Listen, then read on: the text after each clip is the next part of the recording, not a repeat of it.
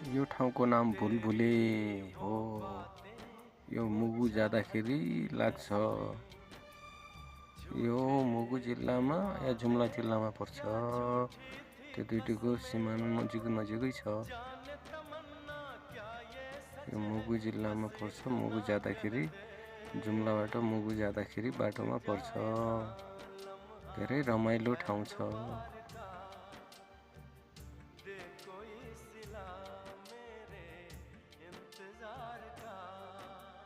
चाहा है तुझको चाहा